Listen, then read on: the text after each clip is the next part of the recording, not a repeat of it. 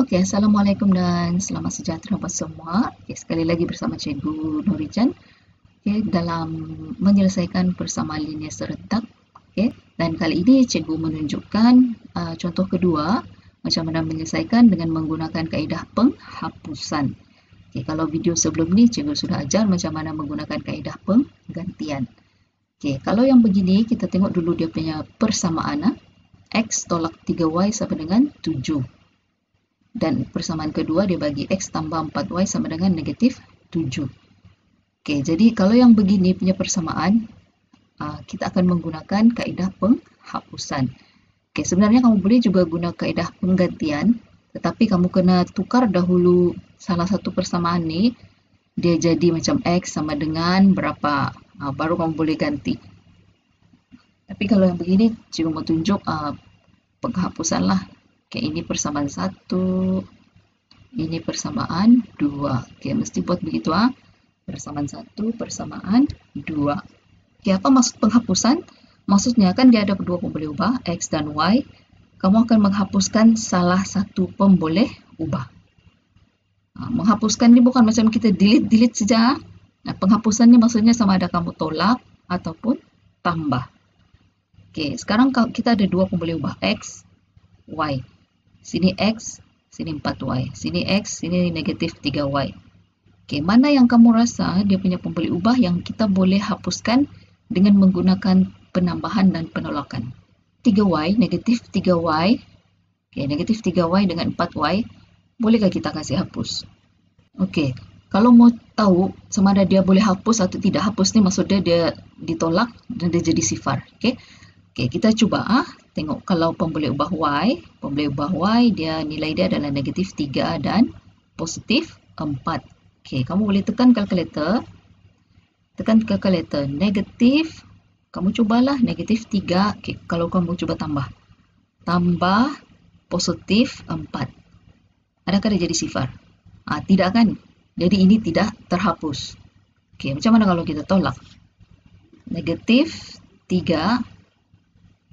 Okey, macam mana kalau kita tolak? Negatif 3 tolak positif 4. Pun tidak jadi sifar. Jadi maksudnya kamu tidak boleh tolak yang pemboleh ubah Y. Okey, jadi kita cuba pula pemboleh ubah X. Okey, X ni kalau tiada nombor, dia X begitu saja, maksudnya dia ada satu. Okey, dia satu X.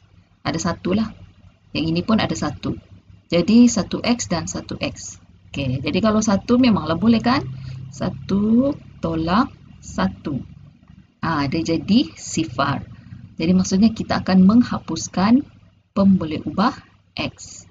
Dan cara menghapuskan dia adalah kita akan tolak. Janganlah tambah. Kalau kamu tambah 1X tambah 1X, dia jadi 2X. Tidak hilang. Okey, jadi kita akan tolak.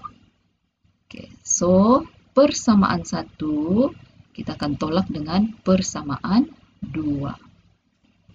Okey, jadi kamu tolaklah X. Okay, kita tulis balik persamaan 3Y sama dengan 7.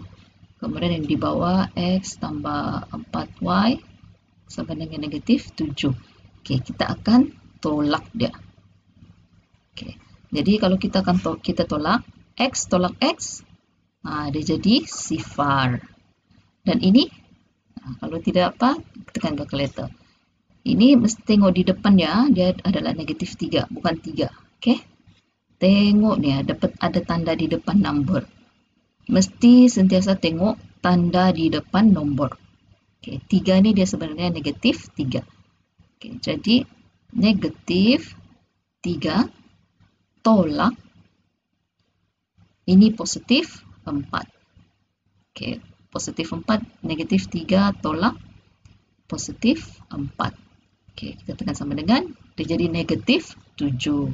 Jadi di sini dia jadi negatif 7. Sama dengan 7 tolak negatif 7. 7 tolak, okey, 7 tolak, ini negatif 7. Okey, jangan lupa tanda negatif, sangat penting tu. Selalu pelajar silap dengan tanda-tanda negatif ni lah. Okey, jadi 14. Jadi ini negatif 7 Y, okay, ada Y ya. Sampai ni ada Y. Negatif 7Y sama dengan 14. Okay, cikgu tulis balik. Negatif 7Y sama dengan 14. Jadi macam mana kita cari Y? 14 kita bahagi dengan negatif 7. Macam mana bahagi? Kalau yang tahu sifir, dia boleh bahagi terus. 14 bahagi 7. Kalau yang tidak tahu, boleh guna kalkulator. 14 bahagi, boleh tekan bahagi ataupun boleh guna pecahan per negatif 7. Okay, jadi kamu akan dapat nilai Y dia sama dengan negatif 2. Okay, jadi kita sudah dapat nilai Y. Bila sudah dapat nilai Y, kita kena cari nilai X. Okay, bila mau cari nilai X, kamu kena gantikan Y ni ke dalam salah satu persamaan. Boleh pilih persamaan 1 atau persamaan 2. Mana-mana kamu pilih, dia tetap beri jawapan yang sama. Cikgu akan menggantikan Y sama dengan negatif 2 yang kita dapat tadi ke dalam, masukkan ke dalam 2 lah. Okay, ke dalam persamaan 2. Okay, jadi persamaan 2 adalah, tulis persamaan 2, X tambah 4Y sama dengan negatif 7. Itu sebab pentingnya kita define, kita tandakan ini persamaan 1, ini persamaan 2. Supaya senang dan memang begitulah jalan kerja dia, okay? Okay, X tambah 4, okay, Y kita sudah dapat negatif 2, kita gantikan. Dan bila kita mengganti nilai, letakkan di dalam kurungan. Y negatif 2 ni, kita masukkan sini. Okay, dengan negatif 7. Jadi X, okay, tambah 4 darab negatif 2. 4 darab negatif 2 adalah negatif 8. Sama dengan negatif 7. Okay, jadi X sama dengan negatif 7. Okay, negatif 8. Kita bawa ke sebelah, dia jadi tambah. Okay, kenapa tambah? Sebab sini tolak. Dia jadi tambah lah. Okay, jadi X sama dengan negatif 7 tambah 8. Kamu akan dapat 1. Kalau yang boleh kira terus, boleh kira lah. Kalau ragu-ragu dengan jawapan, tekan kalkulator. Negatif 7 tambah 8. Sama dengan 1. Okay, jadi kita dapatlah penyelesaian. Maka nilai X sama dengan 1 dan Y sama dengan negatif 2. Harap kamu boleh faham dengan penerangan cikgu dan tolong tengok balik-balik. Okay, persamaan linear ni sangat-sangat penting. Okay, dan kamu mesti kuasai cara menjawab, cara menyelesaikan persamaan linear. Okay, so cikgu akan bagi soalan lagi selepas ini. Dan cikgu harap ini dapat membantu kamu untuk belajar sendiri di rumah.